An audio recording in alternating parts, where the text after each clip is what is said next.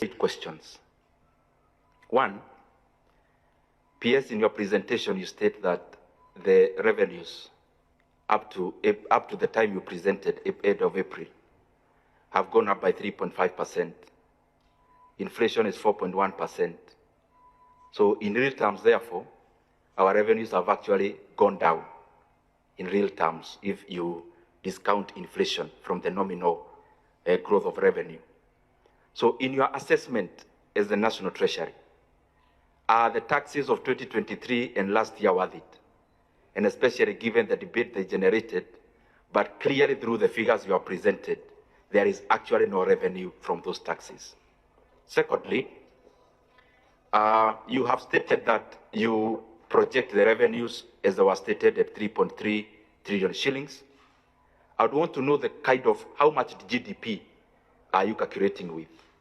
Because in your own figures, the GDP I have seen hovering around 18 to 19 trillion, then the 17.2% benchmark you've put on yourself is actually 3.9 trillion, not 3.3. So because most of our decision making will be based on the GDP, how much GDP are you dealing with in terms of this financial year? The other issue I asked the chairman for, you interact a lot with our committee and finance, housing levy. And chairman, forgive me, I'm asking because this presentation is basically more economic. I mean, there is very little budget in terms of what they are seeking. It's more macro, so I'll be finishing soon. In terms of housing levy, your own data shows that construction sector in Kenya went down last year, actually contracted. Given the housing levy that is being deducted, yourself, I mean, your opinion, don't you think this money was better off in private pockets than when we give it to government? And especially given the reason to which we give this money, which is construction, actually shrunk. Securitization is the other question. I want to add on the questions that have been asked. And I have reservations actually around securitization. It's good I make that clear early.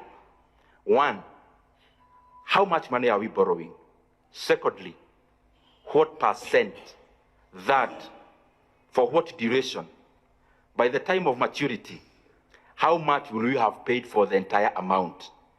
And then on that securitization, supposing now PS, when you are PS for the National Treasury, you came into your position and your predecessor had securitized all the revenues of government. And the other question on that, is this money debt? And if it is debt, is it in the books of government as a debt?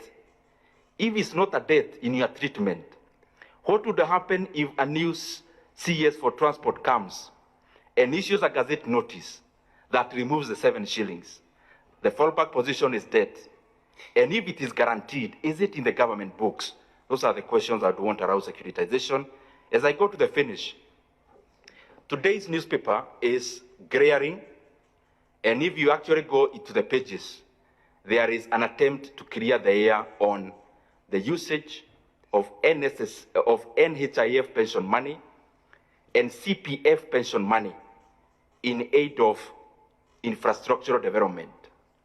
Honorable PS, honestly, why would we put the workers of Kenya in such a hotline? The expressway you already have, and you have the accounts, they made a loss last year.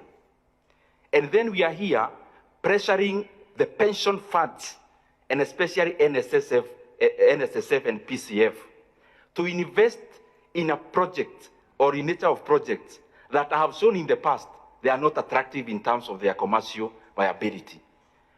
Is it prudent that the NSSF invests pension money in infrastructure projects, and especially given the example we already have is making losses?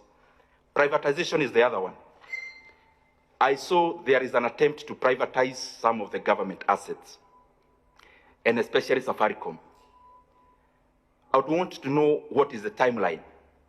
Because as you know, Bwana Kibet, I'm sure you are very well versed in that, and especially given you're also a director in Safaricom. The current trading, for example, for Safaricom, given a bear market, cannot be the right time for privatizing Safaricom. What is the valuation of Safaricom in terms of privatization, are Kenyans getting value for money? Very lastly, please, PS, when you go back to the office, this is my request. Go and do a memorandum to this committee. The same way you have requested some additional expenditure, please do a memorandum. One, the budget that you are making is short in terms of capitation money, has no 6 billion for examinations. Basically, we are just budgeting, knowing we are going to increase our deficit later. Let us include the critical fundings now, examination, capitation.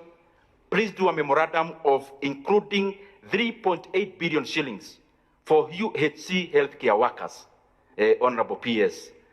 The entire 8,571 for their confirmation to permanent and pensionable.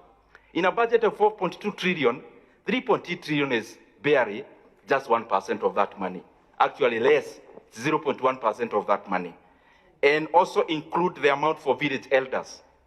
For our village elders to be paid around 8,000 a month, you just require less than 10 billion shillings, which is money you can afford as a national treasury to write a memorandum to us. And also, please, the decision that was made through the finance bill in terms of agricultural produce, these are very important issues. We cannot afford to move agricultural inputs from zero rated to exempt, because as we talk now, Uga prices is in its highest prices for the last 18 months. And especially given we already have subsidy in fertilizer, we cannot afford to increase the cost of agriculture. Thank you very much, Honorable Chair. Very well. Yeah. This issue of 1/4, one line for Auditor General. Chair, I have direct, straight questions. One,